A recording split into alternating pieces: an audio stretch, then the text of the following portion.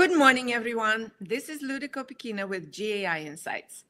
Welcome to Daily AI News Review, where we rate articles essential, important, and optional, saving you time and pointing you in the right direction in this mass of or avalanche of news every day about AI and Gen AI.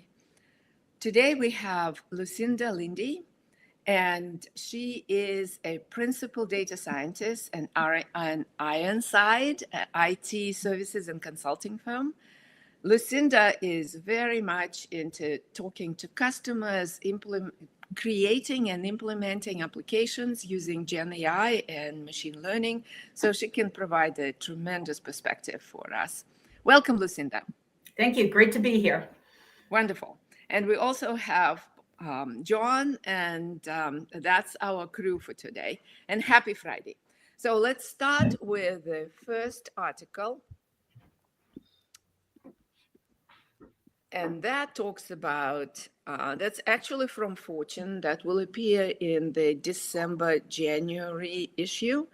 And it talks about Mark Zuckerman and how he actually rebuilt Meta. It seems like by luck, really. What do you think about this, John?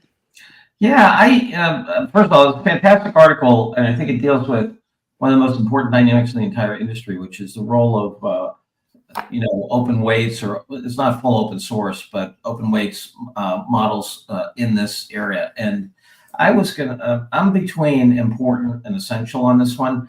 The story goes through about how first they kind of stumbled with AI, and then they by accident leaked out the Llama model, and it had such use that Jean LeCun, who is their head of AI, and I think he heads up the Facebook AI research area, as well as Facebook's history in open source. Facebook was built on a bunch of open source software. Is really interesting. From a commercial standpoint, people say, what's the value for Facebook if they can't charge for this? And I think that's obvious with their properties, the extent that they can do two things at the same time: help commoditize the finances and the revenue streams from these models, or at least keep the price down because of the open competition, as well as create new products and services with their vast billions of people doing multimodal contributions, music, pictures, text, and so forth across the world. I think it's a no-brainer from a strategy standpoint that they're going to make money with it. Yeah, they may have to invest some capital and so forth, but they get plenty of money. It's a full disclosure. Meta is personally my biggest single holding in a diversified portfolio, because I think that they have all kinds of places to go. There's a real concern here. Should we be open sourcing these models in a world, where they give tons of capability to the bad guys and girls? And that's a legit question. But I think that horse has left the barn, because between the Chinese and other open source models, that it's going to be an open source world, and I would rather have an American-based company with the leading open source model, so at least our government can put more pressure on them than they could a Chinese company or a Middle Eastern company or whatever. So I'd say important, but I could support essential.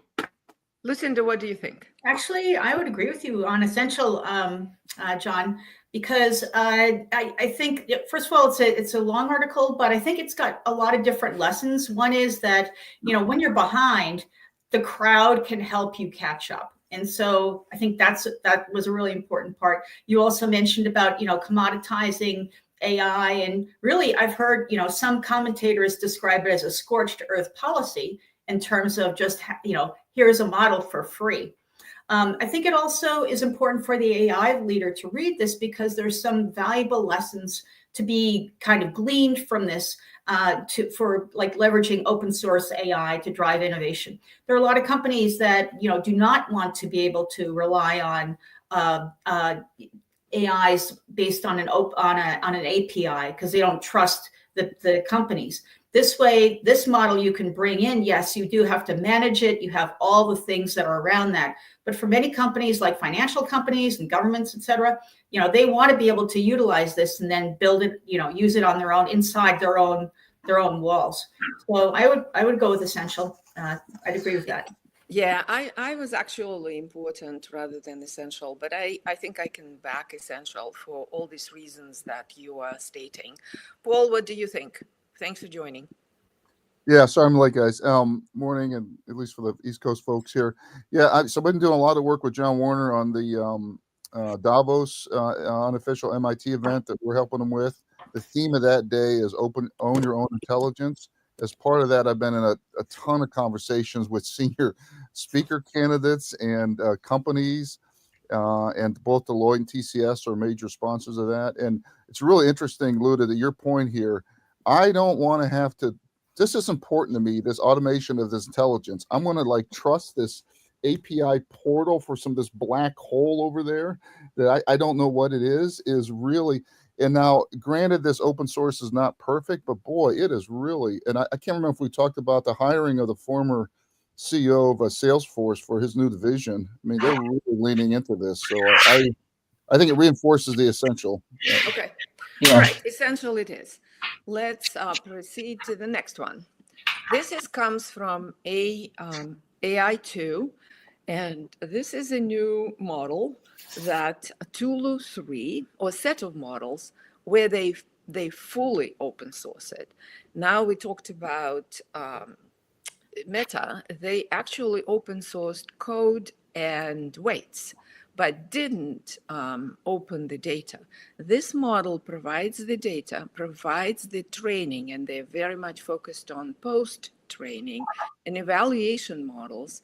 And look at this. So this is all the components, and these are the results.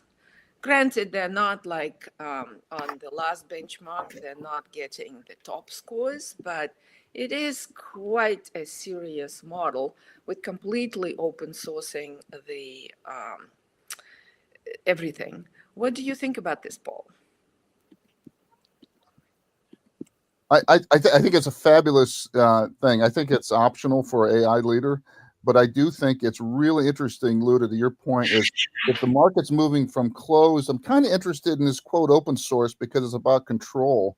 Once I start going down the control path, now we have all this variance. I think the AI report had such a great graph of the 15 or 30 different variants of open source, and if I truly, truly want lots and lots of controls and weights and de-risk everything here, even if I'll give up some IQ intelligence capability here, I think this is a great entrant in that, but I have it as optional. I was thinking important. What do you think, John and Lucinda? I was also leaning towards optional, but just because the AI leader isn't going to be most likely building these models. I mean, unless other people who've read it see something that would be, methodologies or lessons that they could use directly in implementation of AI, then I think it's optional, but I do very much applaud to being fully open. This is for anybody who's developing these models. This is really, very probably valuable and allows all sorts of sharing and collaboration and innovation to happen. I was pretty impressed with post-training and the evaluation piece of it. Yeah, but it is granted, it is for a more narrow audience, but the sheer existence of this model that is beating or at par, at least, with the leaders, this is quite important. John, what do you think? Well, my first reaction was I was trying to imagine what the cereal aisle would look like if these knuckleheads who do the naming named it, Captain Crunch. And Captain Crunch would be, wheat 72, Fido. Anyway, other than that, I was leaning toward important for two reasons: just how open this is and available, and they've got good performance. But the other thing is that just the general movement from training to tuning and inference. I mean, we'll see if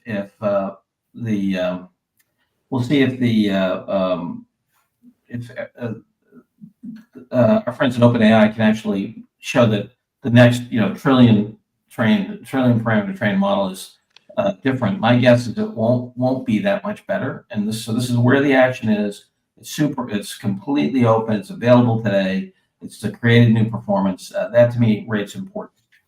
Okay, important it is, guys. All right, let's go next. The next one is about BBVA. This is financial bank, global. And this is the case from OpenAI together with BBVA and how they used the chat GPT across the enterprise. This is quite impressive. Lucinda, what do you think about it? Yeah, I mean, I think it's at least important, and I'm going to put a bit in for essential because I think there's some pragmatic lessons to learn here for the AI leader. So basically, BBVA gave OpenAI and the ability to make GPTs to 3,000 employees within their company. And really, this article focuses on a framework for AI adoption. So if you could scroll down to that framework, please, Luda, that'd be great. Okay. And it's basically they've taken a very thoughtful and proactive. Keep going. It's a. There we go. Yeah, that's it.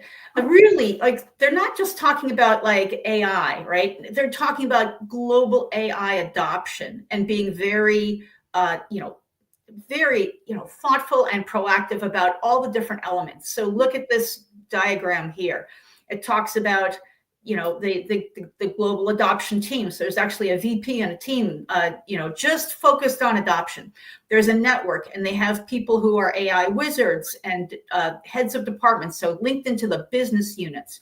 They have community of practice. They have a collaboration capability and a platform for people to share ideas, and then support from data, security, and architecture, really just wrapping all of this up. And the result is that they've, for 5 months, they've been having a way to collaborate and multiply the collaboration as people say, hey, here's a credit analysis GPT. I'm working on one too.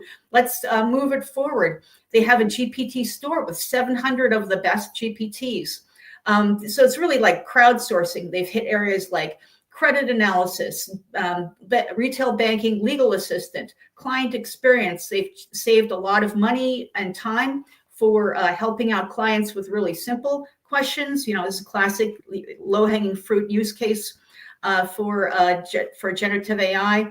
Analysts can take structured data and unstructured data and put it together and create structured data that they can then move forward with their analysis on. The employees are saying, thank you for enabling this. I think it's going to be nearly the foundation of a big transformation in this company, because it's the people in the trenches that know the repetitive, manually intensive workflows. They know exactly where they would like to not spend more time and do a better job. And so I think it's really brilliant. There are a lot of lessons to be learned from their approach. And if I could find out more about it, I would do that in a second. Wonderful. So essential suggestion for essential. What do you think about this, John? Yeah, I could support essential. It definitely is important. I do like the framework of adoption, because that is such a critical issue. And here we have a regulated entity. It does speak to some of the performance and so forth. So it's really detailed. The Paul and I were in New York day before yesterday, and we were walking down Broadway, walking up Broadway toward Midtown, and Paul turned to me and said, "Look, this is the Youngstown, Ohio of the next generation." You start thinking about how many people are in New York City doing this kind of work, and how much of it's going to get automated. It's going to get pretty interesting. Okay, what do you think, Paul? I'm sorry. Finish. Important. Important, right? Not essential. Correct. I do love Center of Excellence, but I can support essential, but I think it's important. Yep. Yeah, I also was thinking important Okay. rather than essential. Tell you what, I did not see many. So this is just grab the chalk. Just grab the chalk. All right. Feel the power, baby. Go for it. important it is. Chalk power, I Luda. lacked metrics. I lacked the real impact. It's a great framework, but it didn't quite say, here's what we achieved. That's why I was important versus essential. Important. Okay. Next one.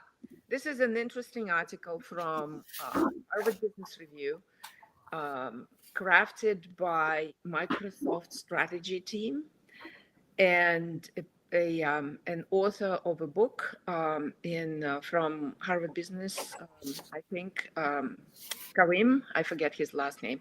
But it's a very insightful article. What do you think about this, John?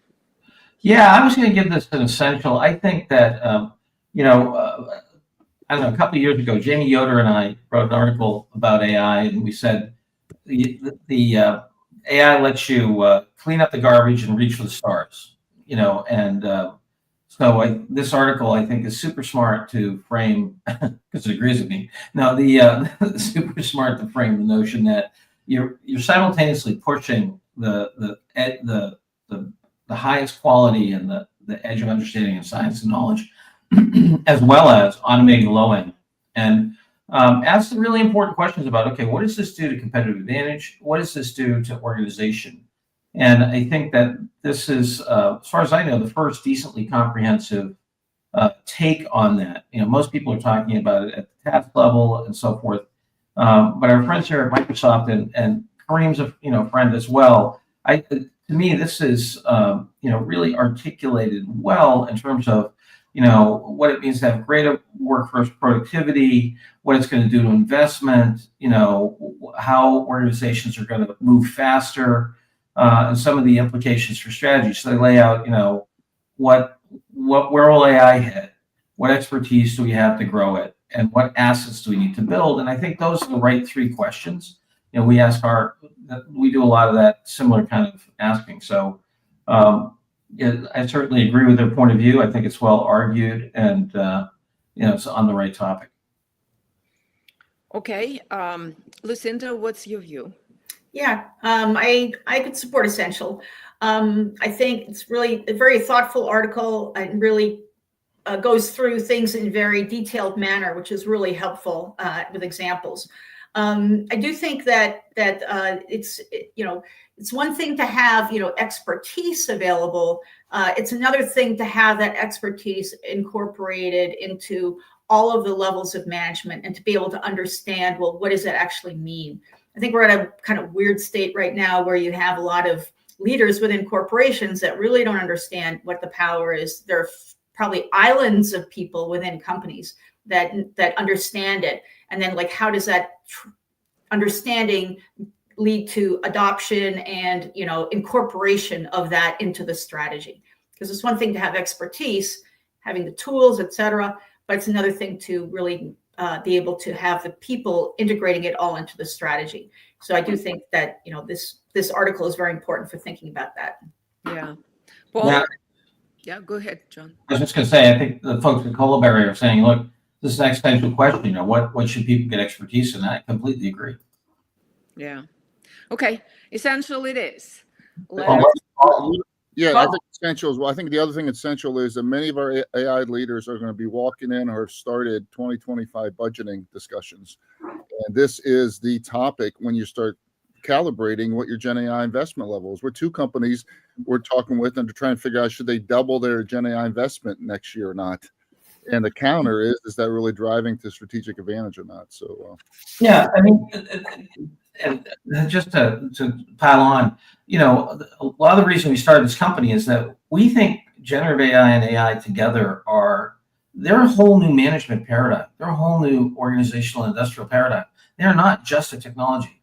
So this is, back to industrial, right? This isn't just a steam engine. This is a steam engine plus Henry Ford plus Fred Taylor, who invented scientific management. So it's really, this is fundamental for how organizations work. Well, it seems like our audience, Vivek, is essentially agreeing with us for sure. So essential it is. All right. Let's go next. The next one is about a startup that raised, called raised $220 million then had exodus, 3 people left, but they kept going and now delivered a very interesting agentic system or platform, Runner X. What do you think about this, Paul? This is so optional. It's funny. I mean, this is the second or third startup we've seen that's raised more than $200 million that imploded with people. That's one. I think second is this is a great example of how just ridiculously hot agentic is in terms of fundraising and everything else. From the AI leader, they should not even pay attention to any of this till this stuff gets sorted out, because no one could define this. And this is a product announcement and funding announcement. So highly optional. Highly optional. Yeah, I agree with optional. I'm not so down on agentic as Paul is as a term. I think I think we're going to see. I think agentic is going to be where a lot of the consumption of AI is going to be. It's going to be in the duct tape that puts together processes that otherwise are broken or semi-broken. So, but yes, I agree. Optional. Yeah. Yep, I agree. Okay. Optional as well. I am actually more pro agentic, but again, this is a startup. Their seed round is 220 million, which is just mind blowing. It shows where we are on the hype curve.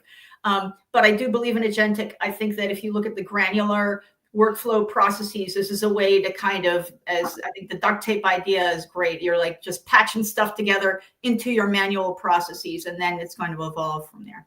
So. Yeah, I'm also very much for agentic, because I don't think we can go anywhere else. The implementation of this stuff is very complex. So you have to kind of put pieces together, designate agents to them. They will slowly but surely become sort of autonomous, and it's just a matter of time. It really is. So, okay. Agents are full on and they're not worried about security, privacy, or ethics. Other than that, Mohammed, I guess we're in a good spot. Yeah, but this will get sorted out, as Paul pointed out. All right, and next one. So optional, that one. And then the last one is about OpenAI not releasing their very well expected 01, but new updates. Lucinda, what do you think about it? And maybe you can tell us a little bit more about updates. Yeah. So they're not ready to release 01 yet, but they basically released a kind of updated version of 04.40 that basically reclaims the #1 slot for OpenAI overall. By the way, so I'm just going to start by saying optional, even though I'm like, should I really say anything by OpenAI is optional? But I think it is, because it makes, it's got some tweaks to the to OpenAI. On one of the Twitter people said like, oh, it's been up since November 11th. And I'm like, well, I didn't really notice anything that different between November 11th and now.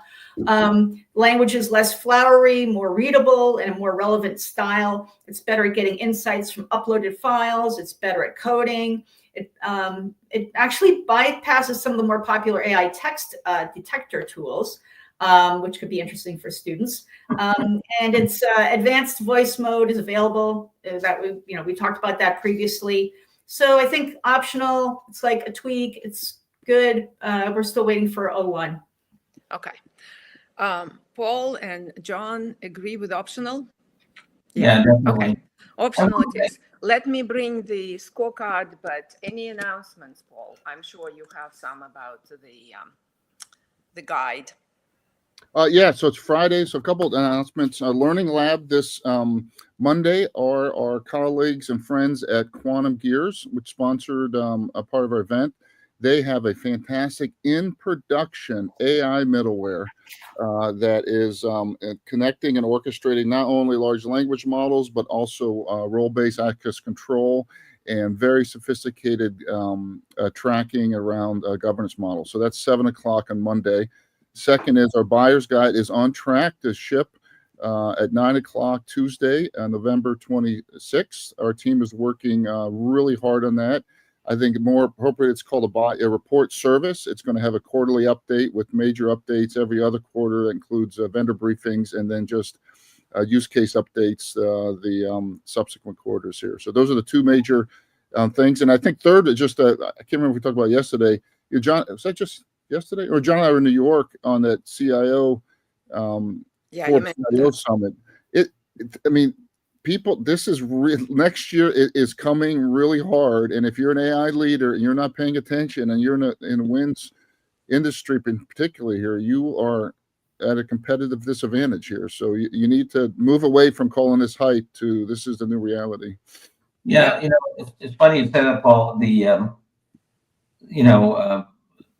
I was looking at the BVDA thing this morning and the HBR thing, and I just had this moment of reflection where there's a couple of folks out there, Gary Marcus and others they're pointing out some of the idiocy that's been said, but at the same time, the evidence of adoption and increased adoption, and whether we call it artificial general intelligence or stupid people say things like it's a conscious being. I mean, that the economic reality is big, complex organizations are spending money to put this stuff in core processes in real companies, getting real money. So, I mean, and I don't care if we call it AI or peanut butter. I mean, it's getting adopted at a rate I haven't seen. It's faster than the internet was, and John, and just these are not idiot companies. These are people like JP Morgan that spent 10 million in Meta, spent 10 million blockchain, spent 10 million as other technology hype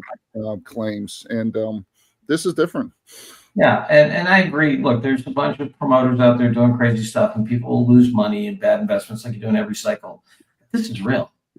Yeah, totally agree. And even in our own company, where I'm having meetings with how can we use generative AI for our marketing? How can we try out new different ideas? How can we use generative AI in our sales?